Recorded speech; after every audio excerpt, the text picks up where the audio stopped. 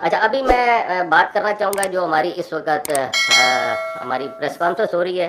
اس press conference کا مین مقصد یہ تھا کہ اس وقت آپ کو پتہ ہے کہ جب میں نے اس وزارت کے اندر میں آیا اور ابھی مجھے مہینہ میرے خیال سے پورا نہیں ہوا، لگ بھگ 1 مہینہ ہوا ہے، شاید اس سے کچھ دن کم ہے.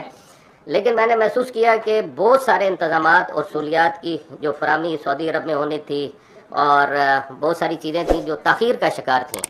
لیکن آج یہ 27-28 دن گزرنے کے بعد میں اس پوزیشن پہ ہوں، میں یہ کہہ سکتا ہوں کہ الحمدللہ ہم نے وہ جو تاخیر کے وقت تھے اس وقت کو ہم نے جو ہے وہ کور کر لیا ہے کافی حد تک. ابھی بھی اس میں کمی ہے. میں ہمیشہ سے یہ کہتا ہوں کہ جو پچھلا حج تھا وہ بہت آسان حج تھا، بلکہ اس کو کہیں گے چھوٹا حج، اس لیے کہ اس میں تقریباً گورنمنٹ کی طرف سے 40% ہم نے اس وقت اس کا مقرر کیا تھا اور 34,000 کے قریب حاجی جو ہے انہوں نے حج کیا تھا پچھلے سال. اور جو پرائیویٹ سیکٹر تھے وہ کوئی 47-48 ہزار، تو یہ مل ملا کے تقریباً لگ بھگ آپ سمجھ لیں کوئی 80,000 75-80 ہزار لوگ بنتے تھے جنہوں نے حج کیا پاکستان سے. اور پوری دنیا سے جو سعودی عرب میں آئے تھے وہ 8.5 لاکھ کے قریب آئے تھے. لیکن اب جو ہمارا حج ہو رہا ہے پورا فل فورس کا حج ہو رہا ہے، اور اس حج کے اندر تقریباً 20 لاکھ کے لگ بھگ تو باہر سے آ رہے ہیں، اور لوکل ملا کے میرے اندازے کے مطابق یہ 30 لاکھ سے بھی زیادہ کا مجمع ہوگا جو اس وقت حج ہو رہا ہے. اور سخت گرمی کی حالت ہے اور اس میں یہ انتظامات اور ساری، تو اگر کوئی یہ سمجھتا ہے کہ اس میں پچھلے حج کی طرح بڑی اس میں ان کو فیسلٹیز مل سکیں گی، میرے خیال سے ایسا نہیں ہو. میں مینٹلی طور پہ اپنے حاجیوں کو اور لوگوں کو تیار کر رہا ہوں کہ مشکلات کا سامنا کرنا پڑے گا، لیکن ایک بات ضرور کہوں گا کہ جو مشکل ہوگی انشاءاللہ مل کے سہیں گے. ایسا نہیں ہے کہ میں بھی اگر میں رہا، زندگی رہی، یہی سٹیٹس رہا، تو انشاءاللہ تعالی مجھے موقع ملا تو میں بھی انہی کے ساتھ ہوں گا.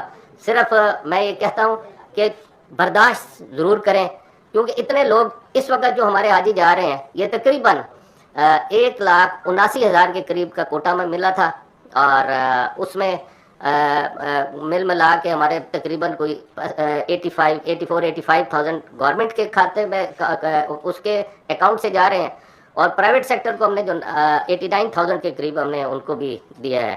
اب وہ کتنا لے جاتے ہیں ان کو پتا ہوگا، لیکن تقریباً 1.25 لاکھ کے لگ بھگ حاجی جو ہے اس وقت جائے گا پاکستان سے، اور ہمیں اس کا ارینجمنٹ کرنا تھا. الحمدللہ رات دن کی جو محنت تھی، مجھے کوئی رات ایسی یاد نہیں ہے جس میں کوئی 3 بجے یا 2 بجے سے پہلے میں گھر گیا ہوں. اور اس کے بعد پھر صبح اسی طرح ہم فیلڈ کے اندر ہیں، اور کوئی چھٹی نہیں ہے، کوئی سیٹرڈے نہیں ہے، کوئی سنڈے نہیں ہے.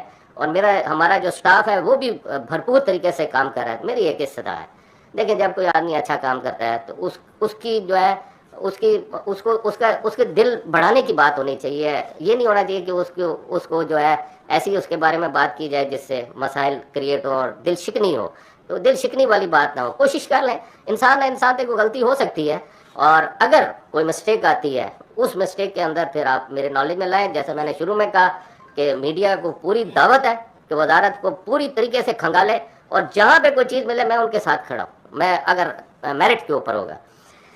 اس وقت میرا ادھر آنے کا مقصد یہ تھا اور بات کرنے کا مقصد یہ تھا کہ پچھلے دنوں جب میں ایک وزٹ پہ گیا تھا حاجی کیمپ، وہاں پر میں جب کر رہا تھا، سیکٹری صاحب بھی میرے ساتھ تھے، افطار دورانی صاحب. تو وہاں پر جب میں اسپیچ کر کے فارغ ہوا تو میں نے دیکھا جو حاجی آئے ہیں ٹریننگ کے لیے، تو میرے پاس ایک بزرگ آئے اور انہوں نے کہا کہ ہمارے پاس قربانی کے پیسے نہیں ہیں، مجھے بتائیں میں کیا کروں. اور میں نے دیکھا اس کی آنکھوں میں آنسو تھے. خیر میں نے اس کو سمجھانے کی کوشش کی کہ بھائی اس وقت تو قربانی کا مجھے نہیں پتا، ہم نے تو 11,75,000 کا دیا ہے، ہم کوشش کر رہے ہیں کاسٹ کو نیچے لے کر آئیں.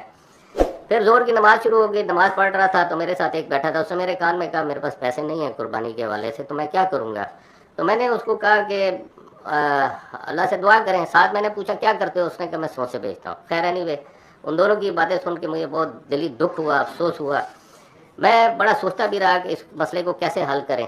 اور ان سب کا کنسرن میں نے دیکھا سب سے زیادہ قربانی کے اوپر تھا کہ ہماری قربانی کا کیا ہوگا. بہت زیادہ اس پہ کنسرن تھا.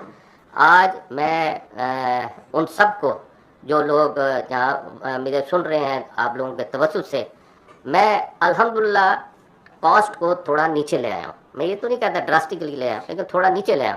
لہذا قربانی آپ کو ہم کریں گے. آپ کو قربانی کے پیسے نہیں دینے پڑیں گے.